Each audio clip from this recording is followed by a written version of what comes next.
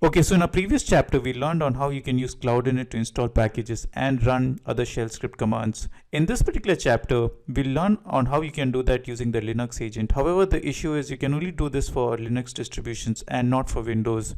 So the first thing that we need to do is we need to create a custom image, and that particular custom image should have these two parameters set as on. So whenever you're creating an instance for the first time, these two parameters are switched off.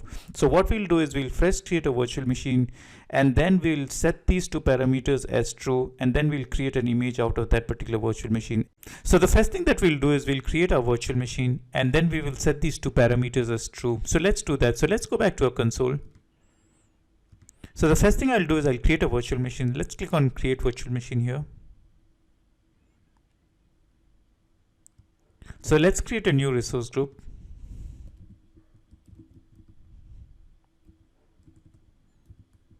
Click on OK. My VM.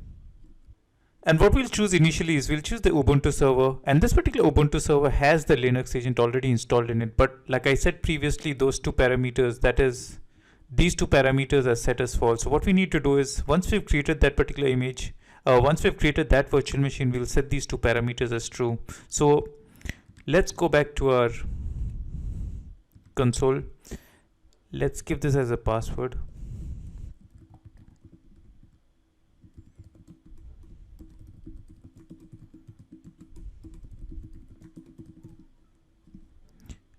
And that's the only thing we'll do. So let's click on review and create.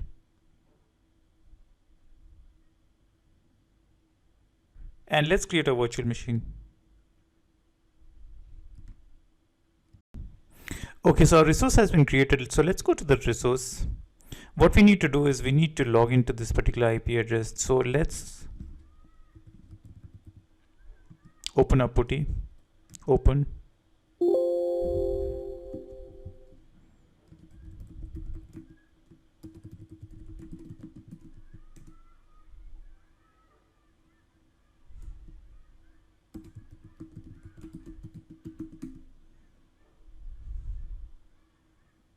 And what we need to do is we need to go to this particular file. So this particular file has the configuration for the Linux agent. So let's open this particular file. And what we need to do is we need to set these two variables as true. So I'll just make this as y and this one as y as well. And that's the only change that we need to do. So what I'll do now is I will create an image out of this particular VM. So to do that, let's go back to our console. And what you need to do is you need to click on this capture.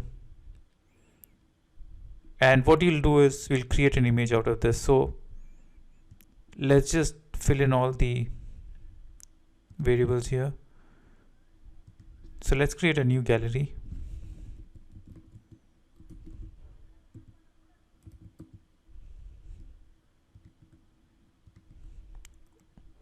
Okay.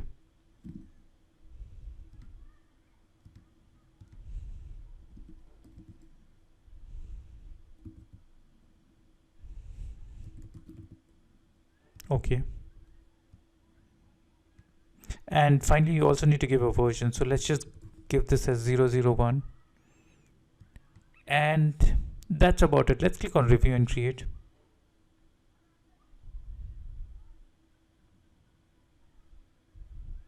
So the target image would be my VM image. Let's click on create. So what this will do is this will actually stop the virtual machine, create an image, and then restart that virtual machine again. So let's wait for this process to complete.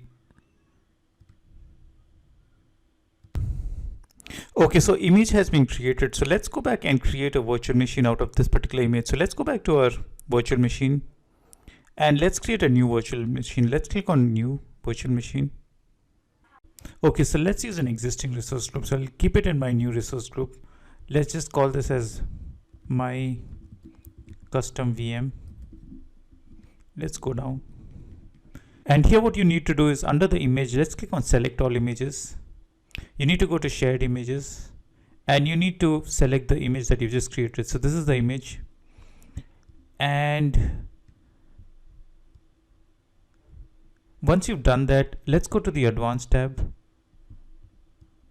And here I'll write the custom data. So this is going to be my custom data. So what I will do is I will just install Nginx, and that's about it. And before creating the machine, let's also open port 80. So let's also allow port 80. So that's about it. Let's click on review and create, and let's create this particular machine.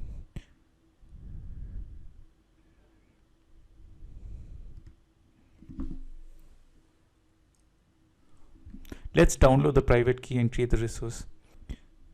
Okay, so my custom virtual machine has been created, and if I open this public IP address, let's open this and let's see the output you get. And you can see that the Nginx server has been installed.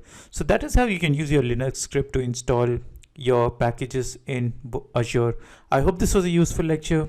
If you have any issues, just please get in touch with me. I'll gladly help you out. So that's it for this one. I'll see you in the next.